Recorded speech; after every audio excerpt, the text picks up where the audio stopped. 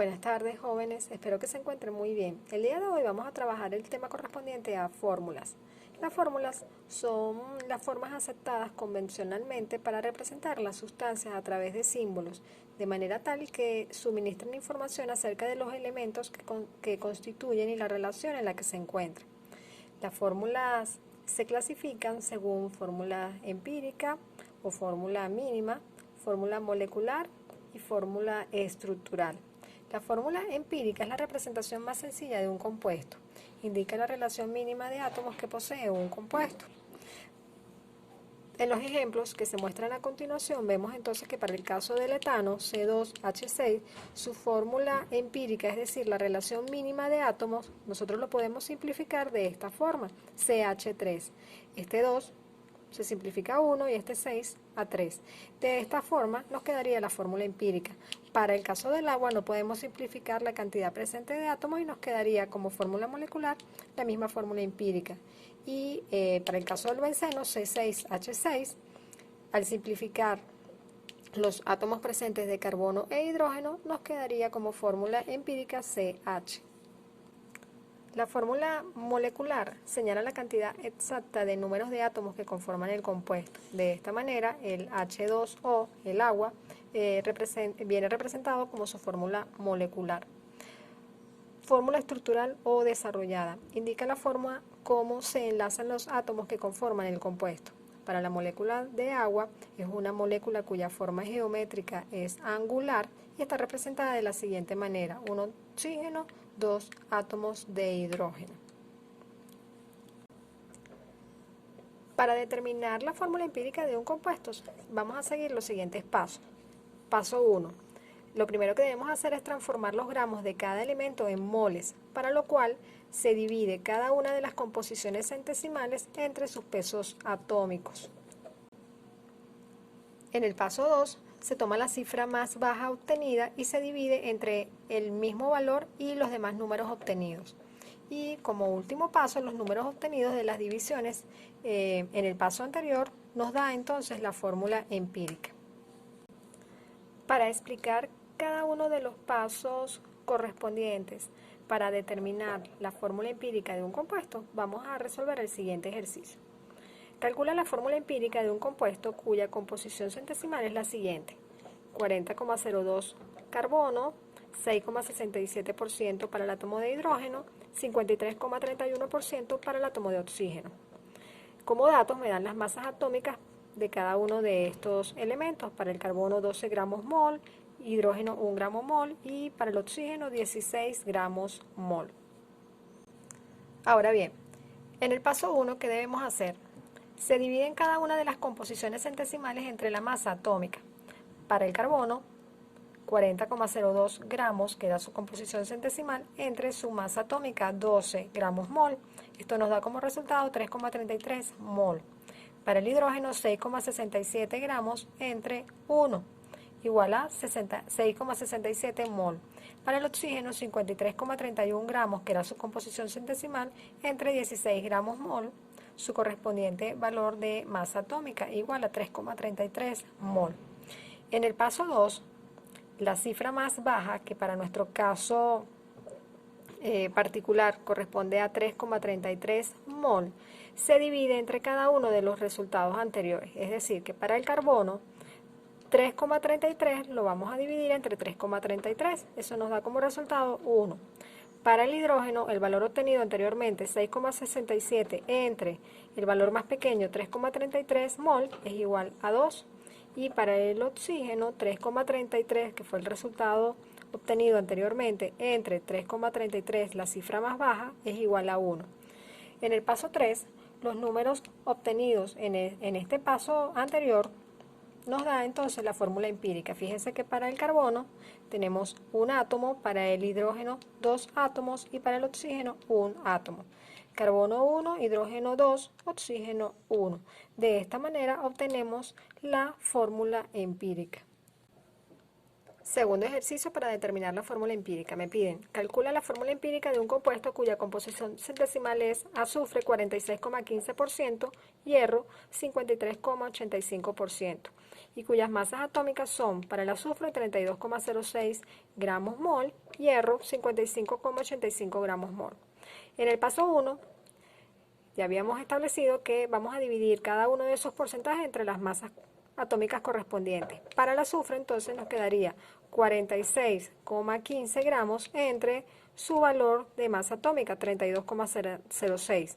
Da como resultado 1,4395 mol. Para el hierro 53,85 gramos entre su masa atómica 55,85 gramos mol. Da como resultado 0,9642 mol de hierro. En el paso 2, los resultados obtenidos anteriormente se van a dividir entre el menor valor de ellos. Para el azufre nos quedaría entonces que 1,4395 mol entre el valor más pequeñito que era 0,9642 mol. Esto da como resultado 1,4929 que podemos asumir que es igual a 1,5. Para el hierro, 0,9642 mol entre 0,9642 mol es igual a 1. Fíjense que para el caso del azufre, como nos da aproximadamente 1,5, esto no es un número entero. ¿Qué debemos hacer en estos casos cuando cualquiera de los valores no se ejemplifica con un número entero? Fíjense, cuando uno de los coeficientes no es un número entero, se multiplican por el menor número que los transformen en números enteros. En este caso, fíjense, si yo multiplico 1,5 por 2, me va a dar igual a 3.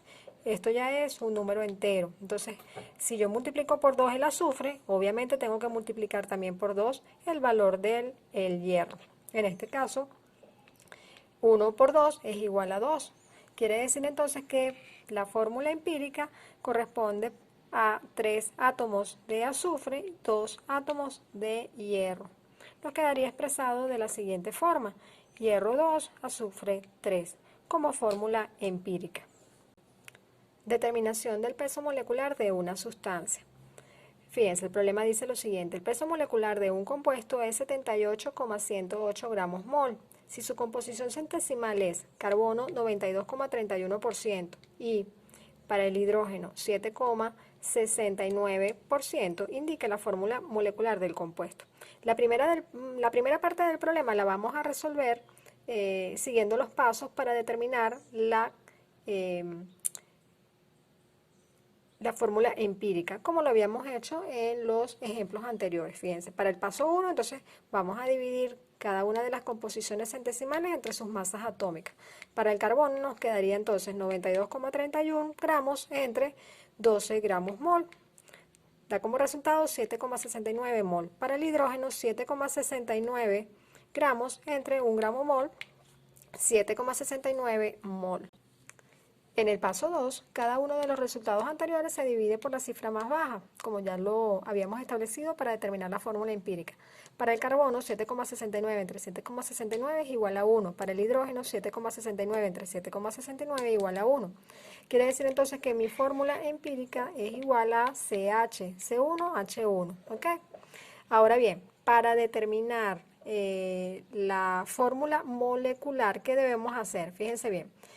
A esta fórmula empírica que acabamos de determinar, le vamos a calcular el valor correspondiente de masa molecular para el CH. Recordemos entonces que tenemos un átomo de hidrógeno por su valor de masa atómica, 1 por 1 es igual a 1. Para el carbono, un átomo de carbono por 12, que es su masa atómica, igual a 12. Sumamos los resultados y nos da 13 gramos mol. Esta es la masa molecular correspondiente a la fórmula empírica. Ahora bien, ¿qué debemos hacer? Debemos aplicar esta formulita, ¿ok? Para determinar el número entero por el que debemos multiplicar esta fórmula empírica y así obtener el valor de fórmula molecular. Fíjense, ¿cómo nos va a quedar? vamos a dividir entonces el peso molecular correspondiente a mi fórmula molecular, que es el valor que me dan en el problema, entre el peso molecular obtenido en la fórmula empírica. Esto va a ser igual a 78,108 gramos mol, que es el valor que me indican en el problema, ¿ok?, como masa molecular de mi fórmula molecular, entre 13 gramos mol, que es el valor obtenido en la fórmula empírica. Cuando yo resuelvo esta división, me va a quedar que ese número es igual a 6. Por lo tanto, este valor es el número que yo voy a utilizar para multiplicar la la fórmula empírica de mi compuesto. 6 por un átomo de carbono, 6 átomos de carbono, 6 por un átomo de hidrógeno, 6. Quiere decir entonces que mi fórmula molecular correspondiente es igual a C6H6. A continuación vamos a determinar la composición centesimal para un compuesto, ¿ok? Me piden entonces determinar la composición centesimal del clorato de potasio, KClO3. ¿Cuál es el primer paso? Determinar la masa mol molecular para esta sustancia, ¿ok? Hacemos el procedimiento que ya conocemos, multiplicamos cantidad de átomos por su masa atómica correspondiente y obtenemos como resultado la masa molecular. Fíjense que serían 16 por 3 para el átomo de oxígeno igual a 48. 35,5, que es su masa atómica del cloro, por la cantidad de átomos representados por 1 es igual a 35,5 gramos mol. Y para el átomo de potasio sería su masa atómica 39,1 gramos mol por la cantidad presente de átomos, que es 1. 39,1 por 1 igual a 39,1. Sumamos cada uno de estos resultados y vamos a obtener de esa manera la masa molecular, 122,6 gramos mol. Ahora bien, para obtener la composición centesimal de cada uno de esos elementos se plantean las siguientes proposiciones. Fíjense, para el átomo de potasio, ¿qué debemos hacer? Yo sé que esta es la masa molecular total del compuesto, 122,6 gramos. 122, entonces yo digo que si 122,6 gramos del compuesto contienen esta cantidad de potasio, recordemos que eso lo habíamos obtenido aquí, al determinar la masa molecular, ¿ok? Entonces 39,1 gramos de compuesto en 100 gramos, porque cuando hablamos de composición centesimal hacemos referencia a 100 gramos de compuesto. ¿Cuánto habrá? 100 gramos de compuesto por 39,1 gramos de potasio entre 122,6 gramos de compuesto me da como resultado 31,89%. Del mismo modo lo hago para el cloro. Si en 122,6 gramos del compuesto contienen 35,5 gramos del cloro, recordemos que lo tengo de aquí, en 100 gramos del compuesto, ¿cuánto habrá? Me da como resultado 28,96% del cloro.